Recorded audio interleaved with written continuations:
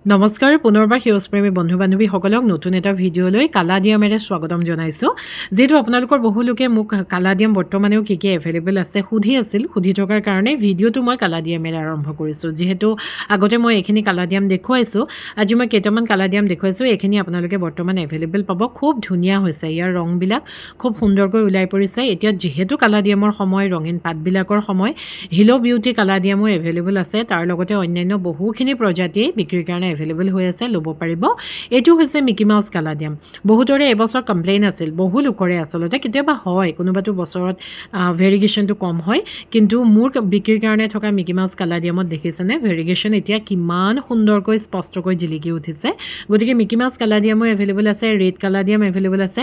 এইখিনি আপোনালোকে ল'ব পাৰিব। আৰু আজিও মই আপোনালোকৰ ওচৰলৈ খুব ধুনীয়া ধুনীয়া বিক্ৰী প্লাণ্ট লৈ আহিছোঁ। আৰু আজি যিখিনি প্লাণ্ট দেখুৱাম তাৰ বেছিভাগেই কিন্তু নতুন প্ৰজাতি, সেইকাৰণে ভিডিঅ'টো অকণমানো স্কিপ নকৰাকৈ আপোনালোকে চাব। এইটোৱে হৈছে প্ৰথমতেই দেখুৱাইছোঁ ইপিস্কিয়াৰ খুব ধুনীয়া এটা প্ৰজাতি, যিটো প্ৰজাতি ইপিস্কিয়া বুলি ক'লে আমি সকলোৱে চিনি পাওঁ। এই প্ৰজাতিটোৰ পৰাই ইপিস্কিয়াৰ আচলতে পৰিয়ালটো আৰম্ভ হয় বুলিয়েই আমাৰ অনুমান হয়। যিহেতু একদম কমন, এইটো প্ৰত্যেকগৰাকী গাৰ্ডেনাৰৰ ওচৰতে থাকেই। তথাপি যিসকলৰ নাই ল'ব পাৰে, পাতখিনিয়েই যথেষ্ট ধুনীয়া। ইয়াত ৰঙা ৰঙৰ ফুল ফুলে আৰু খুব সহজতে হয়। বাৰিষাৰ সময়খিনি যথেষ্ট জীপাল হৈ উঠে। মোৰ এই প্ৰজাতিখিনি একেবাৰে নাইকিয়াই নিচিনা হৈ গৈছিলে, যিহেতু মই মাজতে 9-10 মান একেবাৰে সময় দিব পৰা নাছিলোঁ। সেই সময়খিনিতে গ্ৰীণ হাউচত পটত থকাখিনি শুকাই গ'ল, কিন্তু মাটিত আকৌ এই কাষত থকা যে পাপছখিনি, তাৰ পৰাই এইবিলাক পুলি প্ৰস্তুত হৈছে। নহ'লে এইটো প্ৰজাতিৰ পাতখিনি মোৰ যথেষ্ট প্ৰিয়। ইয়াৰ পাতৰ যিটো চাইনিং, গোলপীয়া ফুল ফুলে এই প্ৰজাতিটোত, কিন্তু পাতখিনি ফুল নাথাকিলেও পাতখিনিৰ সৌন্দৰ্যই আচলতে ইমান বেছি আকৰ্ষণীয়। গতিকে এইটো প্ৰজাতিও আপোনালোকে ল'ব পাৰিব। খুব সহজতে হোৱা প্ৰজাতি, আৰু ইয়াৰ মাটিখিনিক অকণমান জীপাল হৈ থাকিব লাগে, মানে জেকটো পাই থাকিব লাগে। অভাৰ ৱাটাৰিং বেয়া পায়, কিন্তু পানীৰ জেকটো খুবেই ভাল পায়। সেইকাৰণে আপোনালোকে তেনেধৰণেৰে ৰাখিব, সহজতে হয়। আজি আপোনালোকক একদম ৰেয়াৰ প্ৰজাতিৰ এটা ইপিস্কিয়া দেখুৱাইছোঁ। চাওক, এই প্ৰজাতিটো যথেষ্ট ৰেয়াৰ প্ৰজাতিৰ ইপিস্কিয়া। মই আগতে সংগ্ৰহতো নাই আৰু বিক্ৰীৰ কাৰণেও এইবাৰ পুনেই এভেইলেবল হৈছে। আপোনালোকৰ কাৰণে মই এভেইলেবল কৰিছোঁ, আপোনালোকে ল'ব পাৰিব। এনেধৰণৰ পাপছবিলাকৰ পৰাই ইয়াৰ পুলি প্ৰস্তুত কৰিব পৰা যায়।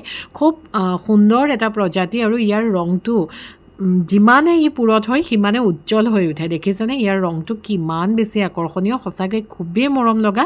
আপোনালোকে ল'ব পাৰিব। আৰু এনেধৰণৰ ৰেয়াৰ প্ৰজাতি এটা সংগ্ৰহ কৰিব পাৰিলে নিজৰো বহুত বেছি ভাল লাগে, নহয়নে? প্ৰত্যেকগৰাকী গাৰ্ডেনাৰে ৰেয়াৰ প্ৰজাতি এটা কালেকশ্যনত ৰখাটো নিজৰ প্ৰত্যেকগৰাকীৰে আশা থাকে। গতিকে এই 3টা ইপিস্কিয়াৰ প্ৰজাতি এভেইলেবল আছে, ল'ব পাৰিব আপোনালোকে। খুব ধুনীয়া ধুনীয়া প্লাণ্ট।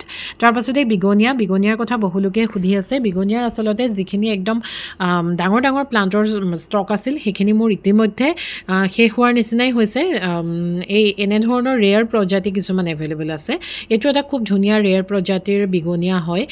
এই প্ৰজাতিটো আচলতে ভিডিঅ'ত ইয়াৰ সৌন্দৰ্যটো স্পষ্টকৈ ফুটি নুঠে, সন্মুখৰ পৰা কিন্তু বেছি ধুনীয়া। সন্মুখত পোৱা লোকসকলে যোনে আহিছে এটা নহয় এটা সংগ্ৰহ কৰিছে।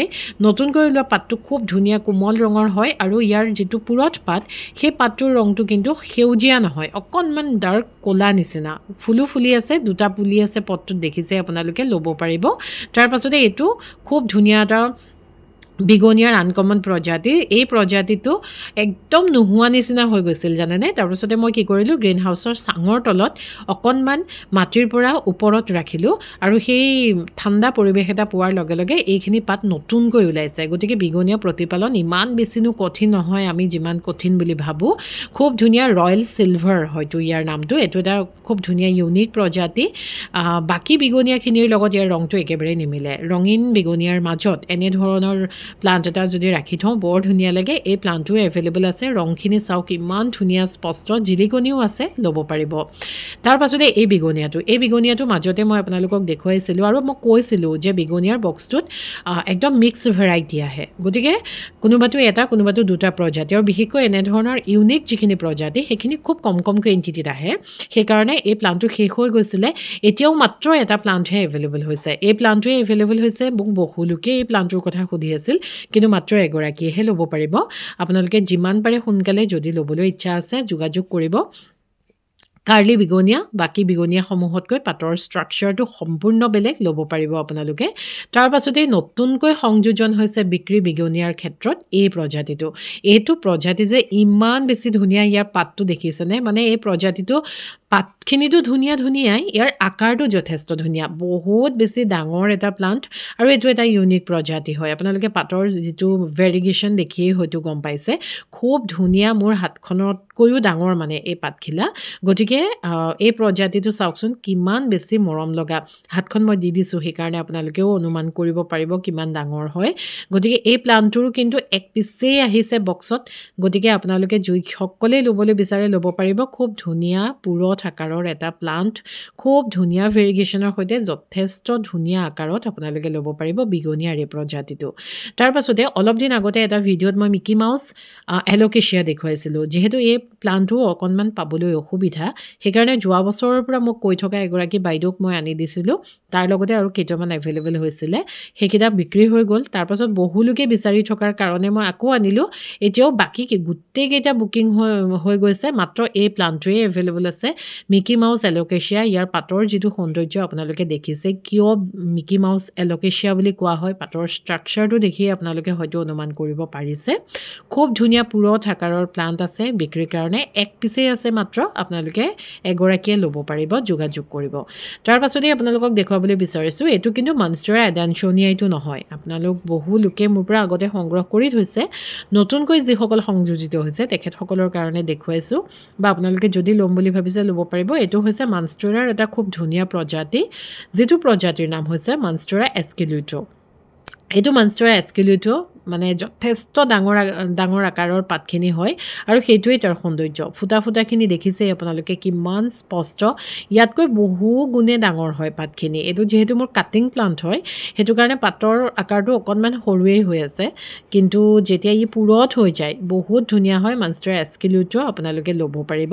তাৰ পাছতে ফাইলোডেণ্ড্ৰনৰ এটা খুব ধুনীয়া প্ৰজাতি দেখুৱাইছোঁ ফাইলোডেণ্ড্ৰনৰ আচলতে এই প্ৰজাতিটোৰ এই পাতখিলা চালে বৰ বেছি ইয়াৰ সৌন্দৰ্যটো অনুমান কৰিব পৰা নাযায় ব্লেক কাৰ্ডিনেল আমি দেখিছোঁ এইটো হৈছে ব্লেক কুইন আৰু ব্লেক কুইনৰ নতুনকৈ ওলোৱা পাতটোৰ কালাৰটো চাওকচোন কেনেকুৱা ধুনীয়া মানে ইমান বেছি কোমল পাতৰ ৰংটো ষ্টেমবিলাক ইয়াৰ ক'লা নিচিনা থাকে ব্লেক কাৰ্ডিনেলতকৈ পাতৰ ষ্ট্ৰাকচাৰটো সম্পূৰ্ণ বেলেগ তাৰমানে কুইন বুলি কিয় কোৱা হয় আচলতে পাতখিলাৰ আমাৰ যিটো ধৰণ সেই ধৰণটো দেখিলেই হয়তো গম পাম খুব ধুনীয়া আকাৰত প্লাণ্ট আছে কোমলকৈ ওলোৱা পাতখিলা দেখুৱাবলৈকে মই আজি আপোনালোকক বিক্ৰী প্লাণ্টৰ মাজত এই প্লাণ্টটো দেখুৱাই দিছোঁ এভেইলেবল আছে ল'ব পাৰিব খুব ধুনীয়া প্ৰজাতি তাৰ পাছতে আপোনালোকক দেখুৱাবলৈ বিচাৰিছোঁ ফলিয়েজ এন্থুৰিয়াম বুলি কোৱাৰ লগে লগে একদম ৰেয়াৰ প্ৰজাতিৰ এটা এন্থুৰিয়ামৰ মানে প্ৰজাতিয়ে হৈছে এইটো এন্থুৰিয়াম ডোৰেকি এন্থুৰিয়ামটো বহুত বেছি ৰেয়াৰ প্ৰজাতি হয় ইয়াৰ পূৰ্ণাংগ প্লাণ্ট এটা ল'বলৈ গ'লে বহু হাজাৰ টকা পৰি যায় কাষত মই ৰেফাৰেঞ্চ ফটো দিছোঁ দেখিছেনে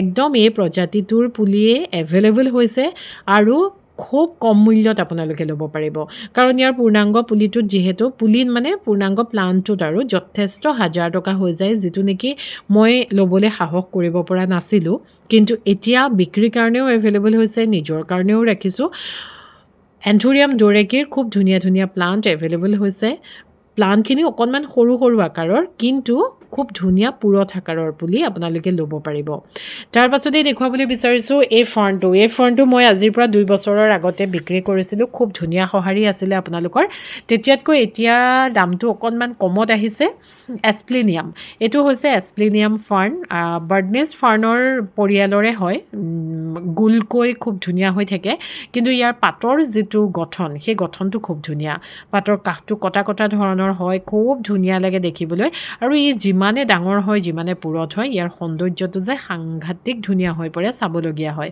আচলতে নিজৰ ঠাইত প্ৰত্যেকটো প্লাণ্টেই ধুনীয়া আপোনালোকে হয়তো ভাবিব পাৰে মই কোনটোকনো বেয়া বুলি কওঁ কিন্তু মানে সকলোকে ধুনীয়া বুলি কওঁ আপোনালোকে হয়তো সেইটো ভাবিব পাৰে কিন্তু সঁচাকৈয়ে প্ৰত্যেকটো প্ৰজাতিয়েই ধুনীয়া নিজৰ ধৰণেৰে এস্প্লেনিয়াম ফাৰ্ণ এভেইলেবল আছে আপোনালোকে ল'ব পাৰিব তাৰ পাছতেই আপোনালোকক দেখুৱাবলৈ বিচাৰিছোঁ আন এটা খুব আকৰ্ষণীয় প্ৰজাতি ফাৰ্ণৰ এইটোৰ নাম হৈছে ক্ৰাইচিছ ফাৰ্ণৰ আকৌ পাতৰ এই কাষবোৰ এনেকৈ কটা ধৰণৰ হয় আৰু খুব ধুনীয়া চেপত গোল হৈ থাকে দেখিছে দেখিছেনে কিবা কবিটোৰ নিচিনা লাগে দেখিবলৈ অকণমান খুব ধুনীয়া লাগে ক্ৰাইচিছ ফাৰ্ণ আপোনালোকে ল'ব পাৰিব খুব ধুনীয়া মূল্যত আহিছে আগতে মই এইখিনি প্লাণ্ট বিক্ৰী কৰিছোঁ আৰু বহুত দামত বিক্ৰী কৰিছিলোঁ এতিয়া বিক্ৰী কৰিছিলোঁ মানে তেতিয়া দামটো বেছিয়ে হৈ আছিলে এতিয়া অকণমান কমিছে আৰু এই কমাৰ সময়তে আপোনালোকৰ কাৰণে পুনৰ মই এভেইলেবল কৰিছোঁ খুব ধুনীয়া ধুনীয়া আকাৰৰ পুৰঠ আকাৰৰ প্লাণ্ট গতিকে এইটো ক্ৰাইচিছ ফাৰ্ণ আৰু এছপ্লিনিয়াম ফাৰ্ণ আজি আপোনালোকক দেখুৱালোঁ নিশ্চয়কৈ আপোনালোকে সংগ্ৰহ কৰি ল'ব পাৰিব তাৰ পাছতে একদম শেষত দেখুৱাবলৈ বিচাৰিছোঁ খুবেই ধুনীয়া এটা ৰেয়াৰ প্ৰজাতি এইটো এই প্ৰজাতিটোৰ নাম হৈছে এপিপ্ৰিয়েনাম এম্প্লিচিমাম অৰিয়া এইটো এম্প্লিচিমাম অৰিয়া হয় হালধীয়া আৰু সেউজীয়াৰ কম্বিনেশ্যনত খুব ধুনীয়া লাগে দেখিবলৈ দীঘল হয় পাতটো কাষত মই ৰেফাৰেঞ্চ ফটোবোৰ দি গৈছোঁ যিমানে ডাঙৰ হ'ব সিমানে ইয়াৰ সৌন্দৰ্য দুগুণে ফুটি উঠিব আজি মই ভিডিঅ'টোত আপোনালোকক বহুতখিনিয়েই ইউনিক আনকমন ৰেয়াৰ প্ৰজাতি কিছুমান দেখুৱাবলৈ চেষ্টা কৰিছোঁ গতিকে আশা কৰোঁ আপোনালোকে ভাল পালে আৰু যিমান পাৰোঁ মই সদায়ে আপোনালোকৰ কাৰণে অকণমান সহজতে নোপোৱা প্ৰজাতিবিলাক সংগ্ৰহ কৰি ভাল পাওঁ আপোনালোককো দি ভাল পাওঁ খুব ধুনীয়াকৈ ইয়াত আকৌ এতিয়া নতুনকৈ কাটিং কৰিব পৰা ধৰণৰ মানে পাপছবিলাক জমা হৈছে গতিকে আপোনালোকে যদি এই প্লাণ্টটো সংগ্ৰহ কৰিবলৈ বিচাৰে যোগাযোগ কৰিব খুব ধুনীয়া প্ৰজাতি আজিৰ ভিডিঅ'টোত যিখিনি প্ৰজাতি দেখুৱালেও যদি আপোনালোকে সংগ্ৰহ কৰিবলৈ বিচাৰে স্ক্ৰীনত দিয়া নাম্বাৰত স্ক্ৰীনশ্বট এটা লৈ মেছেজ কৰিব হোৱাটছএপ কৰিব আৰু প্ৰয়োজন অনুসৰি কল কৰিব আজিলৈ আহিছোঁ ধন্যবাদ